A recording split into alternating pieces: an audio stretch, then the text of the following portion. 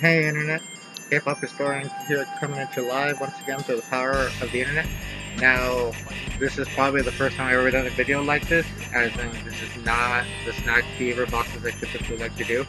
I haven't been posting anything lately, mostly because I've been really busy, but it's been about 2 weeks since KCON has passed, so I wanted to gather my thoughts a little bit and really decide how I wanted to do this. How I wanted to review the convention itself. I was thinking just typically writing it like how I did last year, but I'm like, you know what? Let me just give it a shot and see what happens when I do a video of it. Okay, since you can see, I'm using my webcam from my laptop. I don't know how good it's gonna come out, but you don't know until you try. So here we go. So uh, as I mentioned before, KCON just passed like 2 weeks ago, and I was really trying to compare it to the previous years, even though I think this is what the 5th anniversary, because I remember correctly, they had a huge banner in the back showing like all the previous KCONs they had and what was the theme and how the logo was all established. So I thought about it and I'm like, okay, so how does this one stack up to the ones before it? So after thinking about it for a while, I've opted to think that unfortunately this KCON was probably not the best one out there, the ones that they've put out. If anything, comparing it to last year's, this one actually missed the mark by a lot. Now, if you enjoyed KCON, then that's all good. If it was the first one, I hope you enjoyed it and you keep going to them. As it, hopefully it keeps going as a yearly thing. It doesn't get separated to be like twice a year, 3 times a year like Morphicon is. Um, so, um, so let's just start from the beginning. Okay, like last year, KCON once again this year was 3 days. One day pure convention, then the next day was Club KCON, then the next 2 days would be the convention itself, and then would be follow up with 2 days of concerts in LA. I'm not going to review the New York one because I don't attend that one because I live all the way here in Los Angeles, so I won't be talking about that. So the LA one.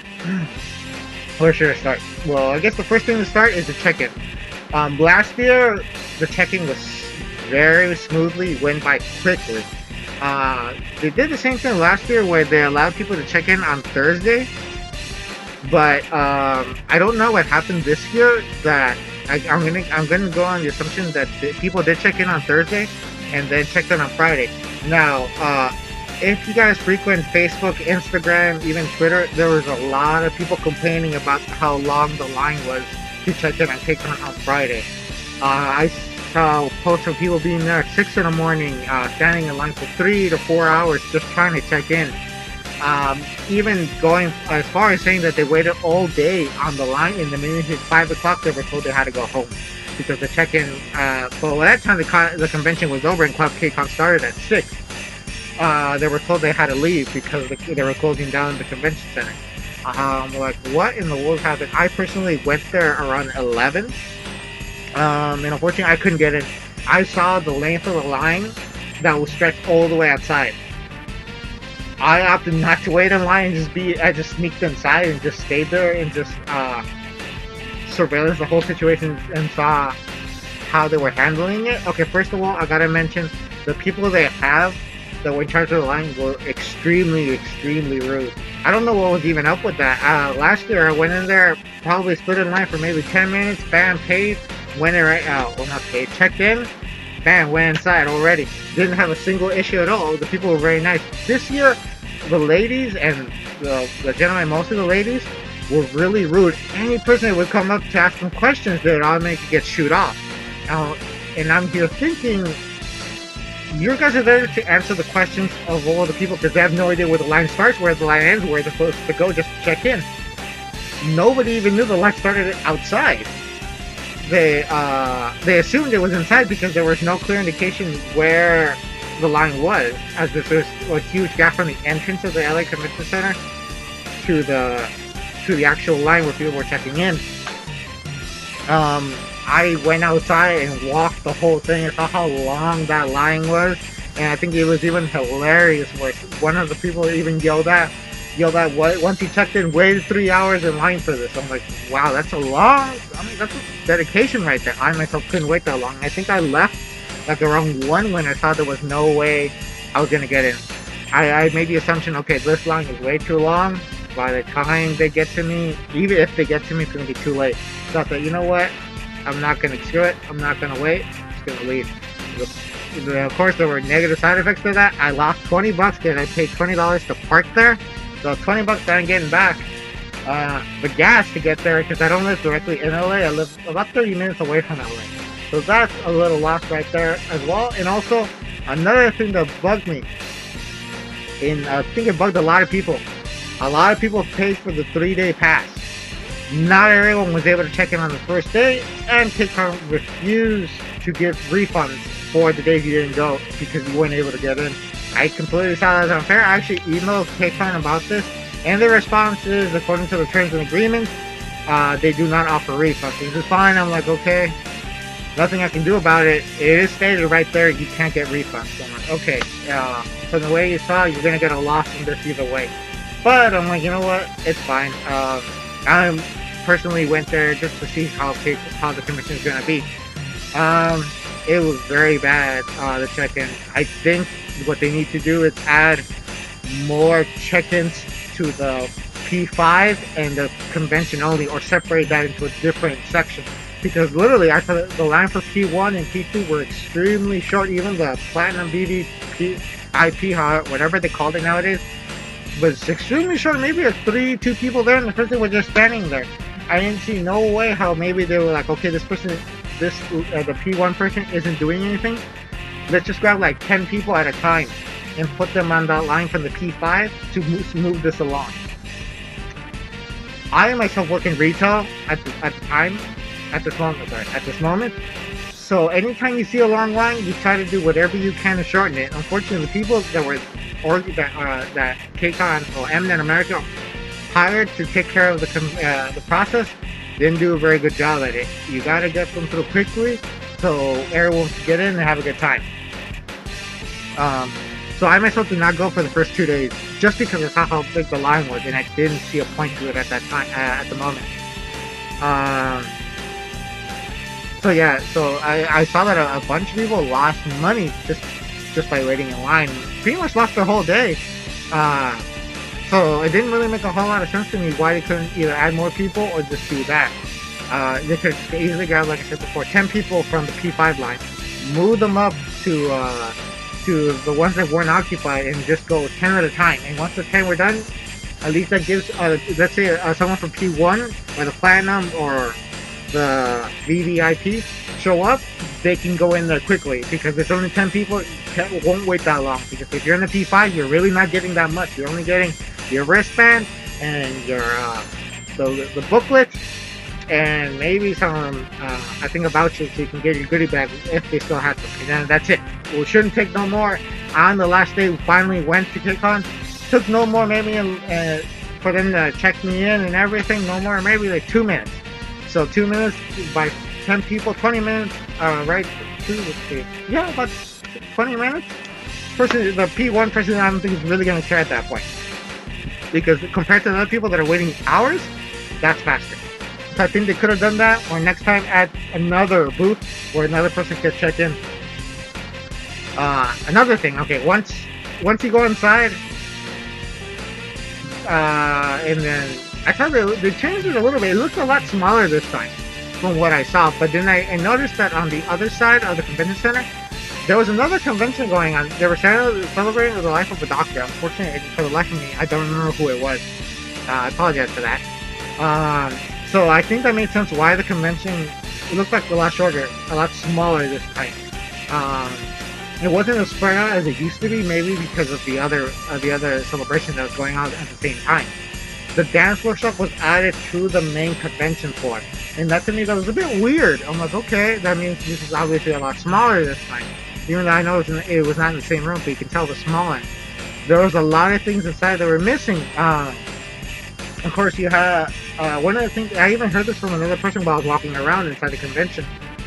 The Shinramyeon was not there. And even I thought that was weird. I'm like, they've been there every year, and this is the first time they're not there. I'm like, what happened? So they were missing. And there were other things that were missing. There wasn't a lot to see. the fan clubs were reduced to maybe, well, I think 4 or 5 of them. I think there used to be like 10. The whole like 2 rows dedicated to nothing but fan clubs. So this time it was reduced to like half a row, 4 to 5 fan clubs. I'm like, okay. Like Slushify was still there. I think the Exo Planet was there. There was another one. I know there was one for TVHQ. I'm sorry if I don't remember another ones that were there. The running fan was there as well. The running fan always a big hit with everybody. So nothing wrong with that. Then we had the new innovation, new technologies like all the K goods, where we have up and coming K businesses coming to the United States and selling their goods, hoping to establish themselves here in the U.S. market. Nothing wrong with that, perfectly fine. I went there, checked some of them out. A lot of them were based on beauty. The only issue I have with the K goods comes from the fact that most of them are trying to sell expensive stuff. Especially there was one trying to sell like a Fitbit. Well, their version of the Fitbit. I'm gonna assume. As you can see, I already have a Fitbit, so I just want to go check it out. I did not ask the person because the person really wasn't there. They were just sitting on a desk, and they weren't really advertising their product, which I think the problem stems from most people that come to KCON are around the age of 20 to 17, mostly female teenagers. They don't have a lot of money to spend on that, especially a regular Fitbit here would cost you maybe $129.99. I'm gonna guess those ones are probably gonna be more expensive, just because they're a foreign product. I remember last year there was a guy who showed up with a mini projector and he showed it to me, connected to my phone, supposedly how you can do like a cast view. And it looked pretty cool, and I was really interested in the product.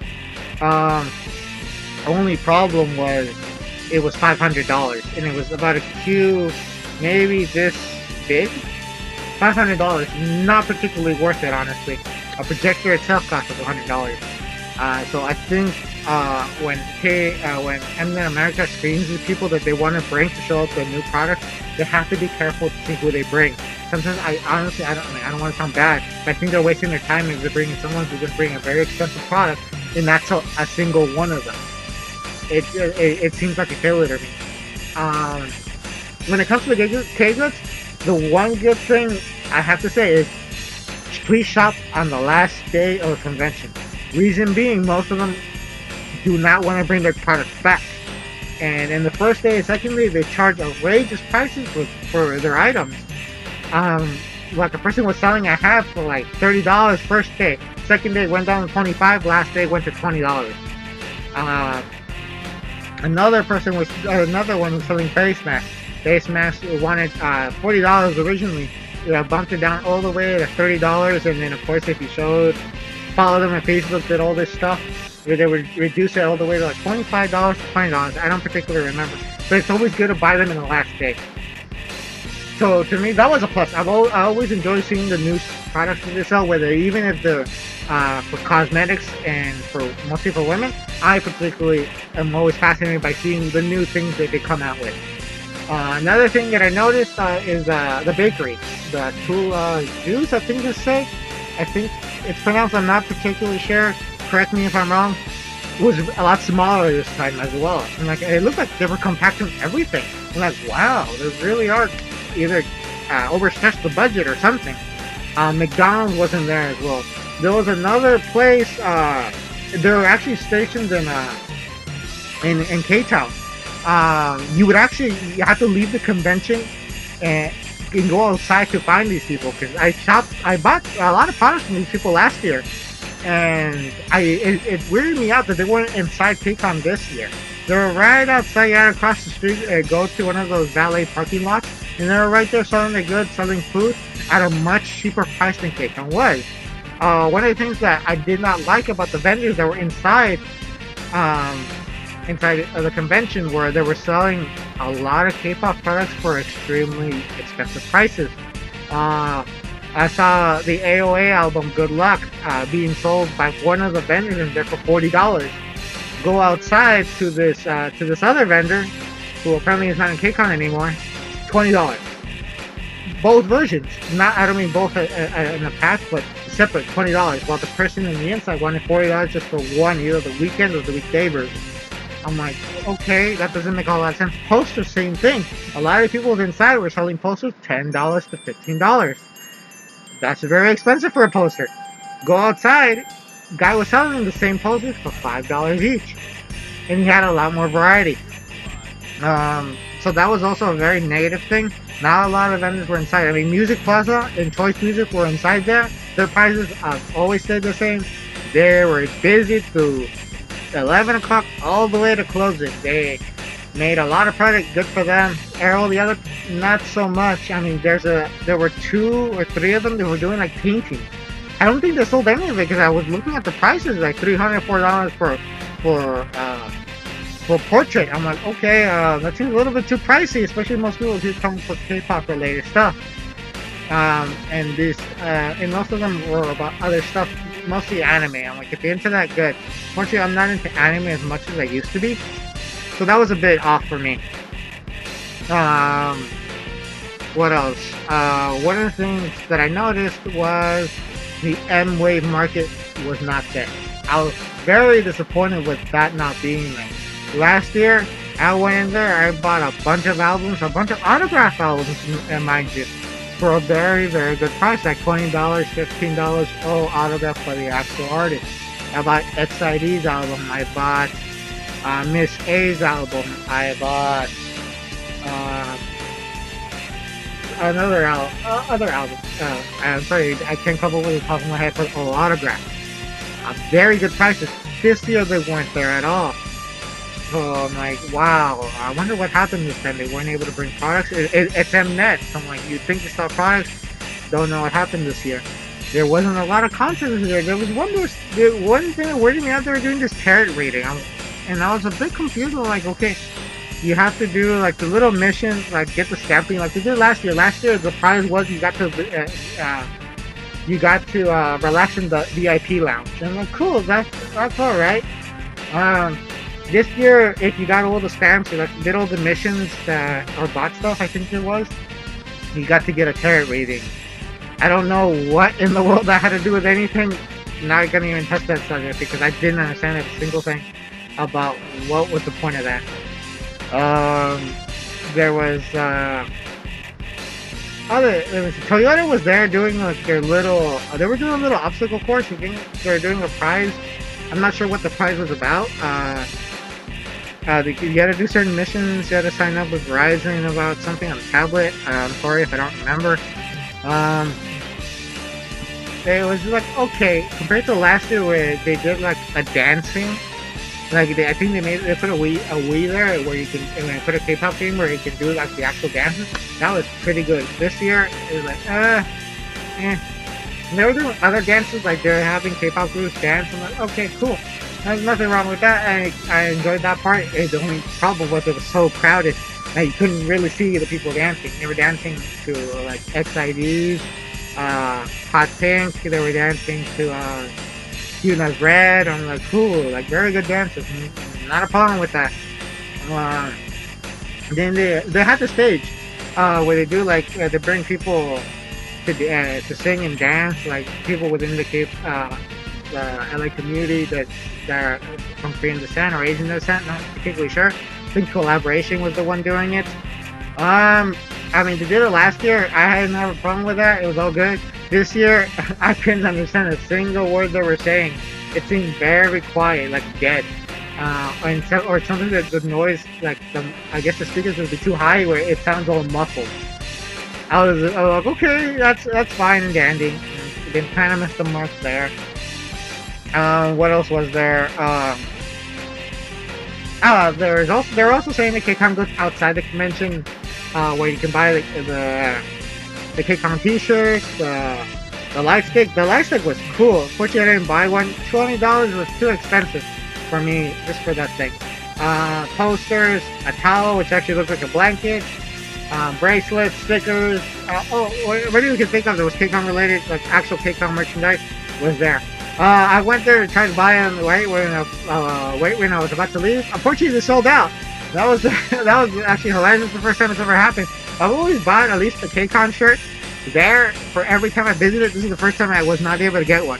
That was a bit disappointing, but what can you do? It just means they completely sold out. Then the people were just standing there. People shouting and stuff. They were just standing there. They didn't have anything to sell. It was very hilarious for me. Um, but yeah, then there was the 626 night market, K-Town night market. I think it's called 626 night market. So when it was K-Town market. Now I remember 626 is the one from my area. Sorry. Um, so I went there and I mean, it was all good, and I mean, they were selling food and everything. It was honestly just a glorified thing what they did last year. Last year they put like a bunch of food trucks there that from K-Town that were selling a bunch of Korean fusion food. Nothing wrong with that. It's just like all they did is just slap K-Town night market name on it, and I guess, and that was it. Honestly, it was the same thing. Nothing really new. They were giving like mini snacks away, but I didn't personally eat there because honestly, you got Smash Burger. You got these other restaurants that look all around it, and honestly, better food better food at the same price. At least you get a drink with it. Most of the people were saying a hamburger for maybe $10. You didn't get a drink or fries, just the hamburger itself. At least when you go to one of the restaurants that are near the Staples Center and the LA Convention Center, at least when you order a hamburger, you get fries and a Coke with that. For about the same price, maybe $2 more. It was, yeah. It just didn't seem worth it, honestly, for me to buy food there, especially out in the hot sun, which is one of the things that fascinated me. Why would you have it in the sun? It was better if you did it like near, like they did last year, because it worked. This year, it kind of didn't. You blocked off a part of the convention center where people couldn't drive. I mean, I don't think there was a problem with that, but it just didn't make a whole lot of sense to me. It was basically the same thing they did last year, just put a funny name to it, and hopefully for marketing, I'm gonna guess. So yeah, the booths, I mean, not the booths, what they called? The panels were okay. I mean, there were some very interesting ones. I mean, Megan Lee was there from, the one who used to be signed to Kim Tae-woo's label, who then went to Nick Jr. to do that K-pop inspired show. You had, I think, How to Make Your Own Food, always, How to Make Your Own Korean Food, always a good thing to go see. They had their movie night where we could go, like, instead of, if you kind of walking around seeing everything that the chef to offer, and go see a movie. Nothing wrong with that, pretty good. They were doing those other panels where you can see famous people within the K-pop community. I'm like, nothing wrong with that, all good. It seemed like there were a lot less than there were last year. Last year they allowed a lot more leniency. Who were they allowed? I know the YouTubers had one. Even the cabinet K-pop clubs from colleges had one. This year they didn't. It seemed like a lot smaller this time. So yeah, so if anything, it just seemed a lot smaller. I think the reason why it was so smaller is because Mnet tried to get KCON to be a much bigger thing a little too fast. And I think they should really slow it down. Making it 2 nights in New York, 2 nights in LA, having one in India, having one in Japan, all in the same year is a little bit too much, quite honestly. I think you're putting too much strain on the KCON product. In the end, it's actually hurting the product. I understand they're trying to grow it, but growing it too fast at times can end very badly. I mean, I'm a wrestling fan, if you guys haven't noticed. WCW tried that same thing, tried to expand way too quickly, ended up backfiring very badly to the point where it bankrupted the company. KCON is doing the same thing at the moment. I think they should really dial it down. They expanded, let's see how many days. LA was already 2 days. Then they went to New York, making it a 1 day, so that's 3 days of KCON. Okay, that's pretty good. Then this year they went to adding another day in New York, adding a Japan one, and adding one from India. 6 days, they doubled it. I think they maybe went a little bit above the budget. Mostly because they're trying to get way too big, trying to get KCON out there, which is fine. I mean, there's nothing wrong with that. I'm all for it. The more KCON, the better. But I think they gotta make it smaller and just so the product doesn't suffer. I mean, in the end, if they make a profit out of it, they're gonna keep doing it, and there's nothing wrong with that. Companies are out there to make profit. Even Mnet's no different. They probably did, seeing as the concert sold out both in New York and LA. Both days sold out because unfortunately I was not able to go to the concert. I wasn't actually looking forward to that concert, but I'll talk about that in a minute. Um, so they expanded that, and I think they should just make it smaller. I think do it. I honestly, my advice to them. I mean, they don't have to listen to just one man's opinion. They should make it like just an LA thing or a New York thing. I prefer in LA because I live here, but hey, if you guys make more money in New York, hey, more power to you. Um, Make it like Comic Con, like Anime Expo, like MorphiCon, like RetroCon. All these different conventions. They do it once a year, one place, and they make money off of that. And just keep it that way. I think it'll continuously grow. We can make it, keep it a 3 day, and the product will be even better. Because if you try to stretch it out, it kind of suffers. I mean, they had to get over 20 artists. I mean, over 30 artists just to cover every single day. And honestly, I think the budget went out. I think that suffered with the artists. I mean, honestly, if you compare this LA lineup to last year's lineup, it wasn't as good as last year. Last year you had Shinhwa, you had on BTS team again, you had AOA, you had Red Velvet come in, you had Monsta X once again, you had the Super Junior come in. You just had bigger. It just seemed like a bigger name. This year is like they try to get more unknown names. And I mean, that's fine. It's just that you want to have an equal balance of veterans and then new ones. If you don't have that equal, it just doesn't seem that well. Mostly because I guess if you want to spread out K-pop more, you got to bring in the old group to see where it began, and then the new ones are going to lead this K-pop into the next year. I mean, I was particularly ecstatic when I heard Turbo was going to be there. But what I didn't like, they never mentioned what day Turbo was going to perform, nor Davichi. I was like, these two are very veteran groups. Turbo is hitting 20 years. Oh, hit 21, I think it's 21st year this year, in the K-pop industry, and they didn't really get to be that high. I mean, they got a special stage where Chief and Astro, I think Monster X also did it, like small tributes to them. I think they should have been the last act, honestly. Not Shiny and not Girls' Generation, TTS. Should have been Turbo, especially Turbo is, honestly, in my opinion, a lot more bigger than those groups because they've been out there for 21 years. You honestly deserve it. Shiny, I have nothing wrong with nothing against Shiny, but Shiny was there for the Korean Music Festival, and to bring them again about 2 months later, it's bad business, quite honestly. Should have brought a different group. Girls' Generation, always good to bring them. You weren't able to bring them full force. Could only bring them for 3. So, for 3 of them. I mean, nothing wrong with that. You brought Tiffany, you brought Taeyang, you brought Sohan. Not bad at all. G-Friend, honestly, G-Friend didn't seem like they actually wanted to be there. I don't know, they seem kind of awkward. I'm not sure. Twice is there. Nothing wrong with Twice. Twice, one of the up-and-coming groups right now with G-Friend. Twice actually seemed like they wanted to be there. G-Friend, I'm not sure what happened to them. That was a bit interesting. I mean, I'm a big G-Friend fan. So I was a bit surprised when the way they looked like they were a bit nervous. Maybe because there was the first time in the US they were a bit nervous. Could be that. So I'm not gonna diss them for anything of that. Astro, I have no idea who Astro was, but I'm glad to get them to know once I saw the video online. Monsta X, pretty good. Nothing wrong with them. Eric Nam was there. Sure, why not? I mean, we had him a couple years ago. We had him at I think I know he showed up before, but I completely forgot where. Oh, he was in the New York one last year. Good. So yeah, I mean, I'm sorry if I don't remember everyone else. There's only certain ones that was brilliant. CM Blue was cancelled. That was not surprising, quite honestly. With the controversy happening at FNC, it was a given they were gonna cancel. They want to kind of stay low at the moment. So yeah. So even though FNC says that it has nothing to do with that, that is exactly what it has to do with it. So yeah, it just seemed kind of small this year. I would have preferred different groups, maybe a little bit more bigger ones.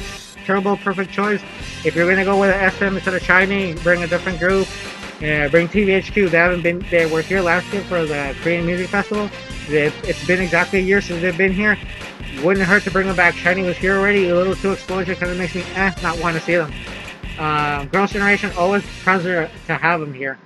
They should have bring. I think they should have brought even bigger bands.